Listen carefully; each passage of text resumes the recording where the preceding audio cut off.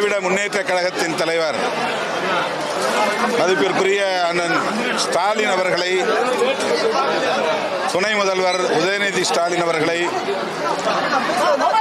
அவரது இல்லத்திலேயே சென்று சந்தித்து ஒரு புதிய வரலாறு படைத்ததை சுட்டிக்காட்டி அவரை பாராட்டினோம்.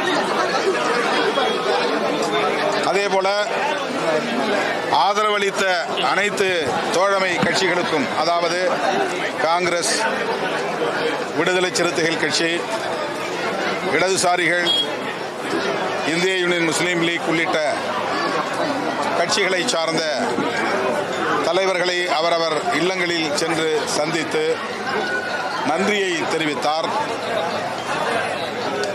அதேபோல அதிமுக தலைவர் பொதுச் செயலாளர் எடப்பாடி பழனிசாமி அவர்களையும் சந்திக்க வேண்டும் என்பதை எங்களுடைய விருப்பத்தை வெளிப்படுத்தினோம். சந்திப்பதாக சொல்லியிருக்கிறார், சந்திக்க இருப்பதாக கூறியிருக்கிறார். இந்த அணுகுமுறை தமிழக அரசியல் களத்தில் ஒரு புதிய அணுகுமுறை, அரசியல் நாகரிகத்தின் முதிர்ச்சி. அதை நாங்கள் வெளிப்படையாக சுட்டிக்காட்டி பாராட்டினோம்.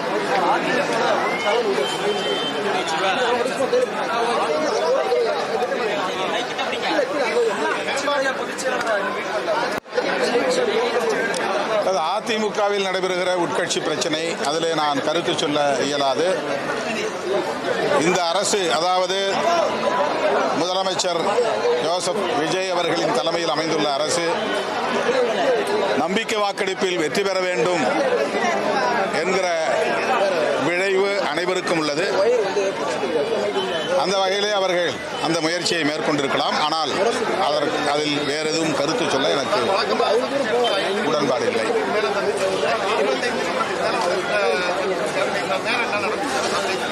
வேற ஒன்றும் இல்லை. என்னுடைய கடந்த காலத்தை பற்றி அவரிடத்திலே பகிர்ந்து கொண்டோம். அதாவது என்னுடைய வாழ்க்கையை பற்றி அவர் கேட்டார். இது ஒரு பள்ளி கட்டிடம். இதில் தான் நான் 15 ஆண்டுகளுக்கு மேலாக தங்கியிருக்கிறேன்.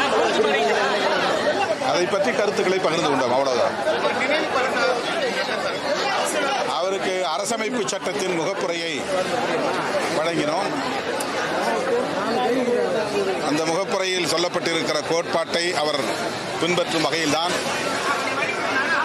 பாஜக அங்கம் வகித்த தேசிய ஜனநாயக முன்னணியின் ஆதரவை கோராமல் தன்னுடைய ஆட்சி அமைப்பதற்கு ஆதரவு கோருகிற போது திமுக அணியில் இடம்பெற்றுள்ள கட்சிகளை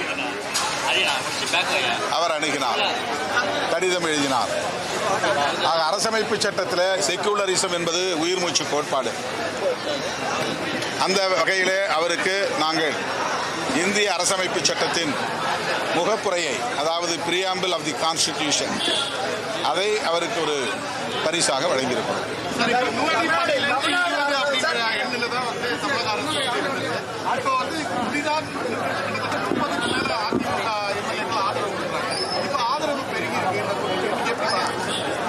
அவர்களால் சட்டப்பேரவையில் கட்சி மாறி வாக்களிக்க முடியுமா என்று தெரியவில்லை.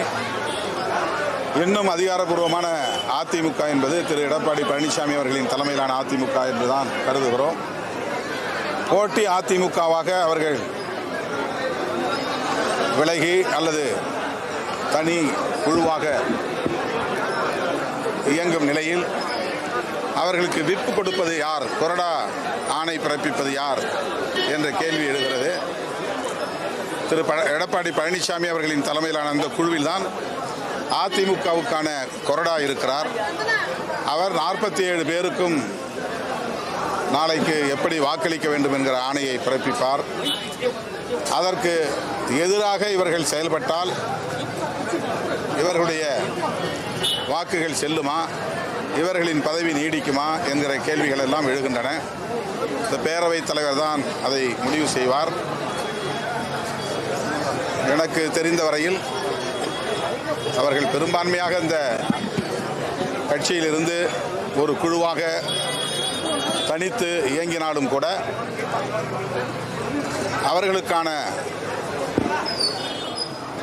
அங்கீகாரம் பேரவைத் தலைவரால் அளிக்கப்படுமா என்கிற கேள்வி இருக்கிறது. எனவே அவருடைய வாக்குகள் செல்லுமா செல்லாதா என்று எனக்கு தெரியவில்லை.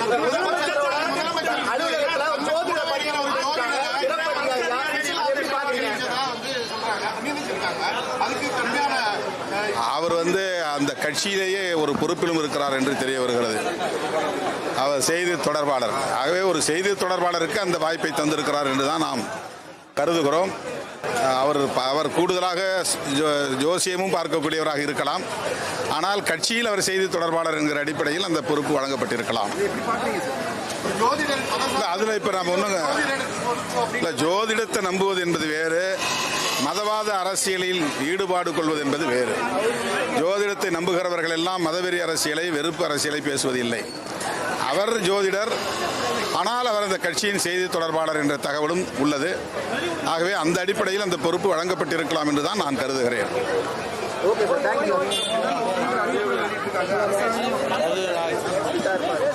வேற என்ன போதும்.